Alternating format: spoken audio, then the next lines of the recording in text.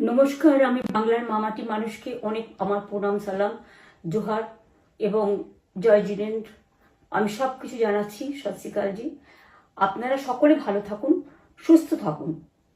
আপনাদের প্রতি আমরা খুব কৃতজ্ঞ। এত রোদ্দুরের মধ্যেও এবং সব কিছু অত্যাচার সহ্য করুন আপনারা যেভাবে ভোট দিয়েছেন লাইনে দাঁড়িয়ে, আপনাদের কাছে আমরা খুব কৃতজ্ঞ।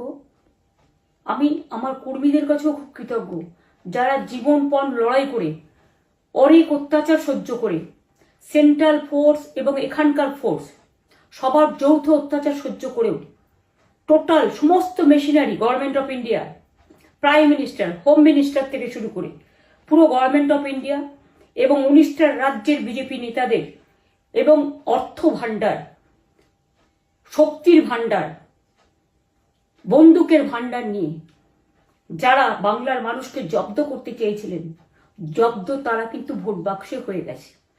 আমি আপনাদের নিশ্চিন্ত করে বলতে চাই, যেটা টিভিতে দেখাচ্ছে এটা বিজেপি অফিস থেকে কালকে বেলা 1:08 সার্কুলেট করেছে এবং টাকা দিয়ে বলেছে যাতে এটা দেখানো হয়।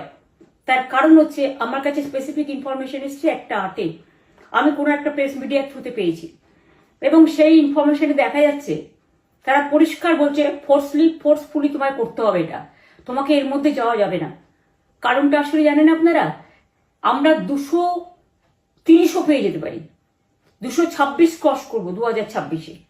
মানুষ যে বিপুলভাবে ভোট দিয়েছে, আমার তাদের প্রতি পুরো ভরসা, বিশ্বাস, আস্থা আছে। এবং ওরা কালকে এটা করিয়েছে প্রেসকে দিয়ে, তার কারণ গদি মিডিয়াকে দিয়ে, তার কারণ হচ্ছে ওরা তো আপনারা জানেন ইডি, সিবিআই, ইনকাম ট্যাক্স সবাইকেই চমকায় এবং সেন্ট্রাল ফোর্স যে ব্যবহার কাল করেছে এবং তাতে যে নতুন পুলিশগুলো অ্যাপয়েন্টমেন্ট হয়েছিল যারা আমার হাতে ছিল না, তারা ভীষণ মেয়েদের মেরেছে, বাচ্চাদের মেরেছে।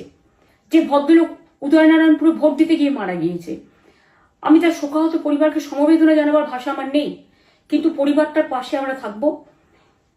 এবং যে তৃণমূল কংগ্রেস কর্মীরা এমনকি সাংবাদিকদেরও মেরেছে, আমি যেখানে ছিলাম ভবানীপুরে চক্রবেড়িয়ায়, আমি বাচ্চাদেরও মেরেছে, মহিলাদেরও মেরেছে, একতরফা মেরেছেন।